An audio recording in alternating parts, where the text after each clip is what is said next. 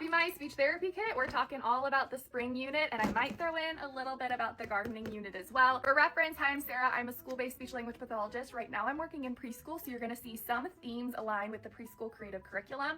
And I also have themes like winter, fall, spring, which is what we're doing today, zoo animals, farm animals. What you see labeled as creative curriculum is easy for me to pull out relative to the curriculum I'm doing every day. My themed bin for buildings is where I keep all of my community helpers, transportation related items. Don't worry, when I get to those bins, I'm gonna highlight exactly what themes different activities go to. I just wanted to give a little background on why you're gonna see them labeled like this. Starting off, let's do spring. In all of my bins, you're gonna see these very easy to do push-in activities. I actually had another speech therapist have these, and I then immediately had to go and purchase myself. So in my spring bin, I have the all about weather and seasons, all about spring, of course, about Easter. I don't use this one as much because we're not really talking about Easter at school. For example, in the push-in activities for spring, we've got a lot of different identification options, but also action words, sorting, categorizing, comprehension questions, comparing, contrasting. These three are all from Speech Room News. Little umbrella matching where they match with the little patterns in the boots. One called April Showers, talking about different weather. Spring actions, where you've got a lot of your relevant spring action words,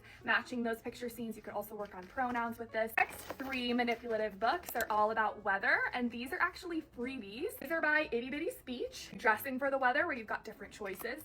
A little bit of a story all about weather. You could do pronouns, comprehension questions, by weather words, so a lot more of that identification, pre-teaching of weather-related words. Also keep my books in the bin as well. I have a little like book stand in my office, and I try to switch those out for the theme. Stick on hot day. It's a little bit more summery, but it works. My all-time fave.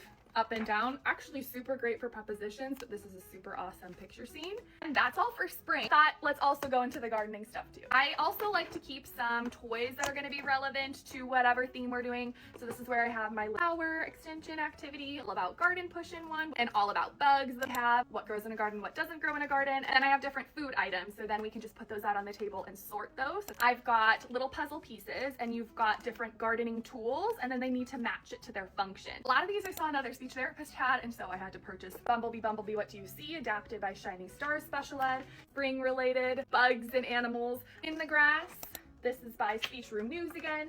Another one by Speech Room News is Catching Bugs. I'm pretty sure this one was a freebie. It's What We Know About Gardening interactive book. Here's where I get into some of my gardening books. So you've got 10 Little Ladybugs, Inch by Inch. Classic. Obviously, classic of all classics. The Tall, Tall Grass. Very Lazy Ladybug. That was my spring themed unit bin. Let me know if there's any activities and materials you're interested in here. And I want you to comment which themed bin you want to see next. Do you want to see zoo and farm animals, or do you want to see clothing? Let me know.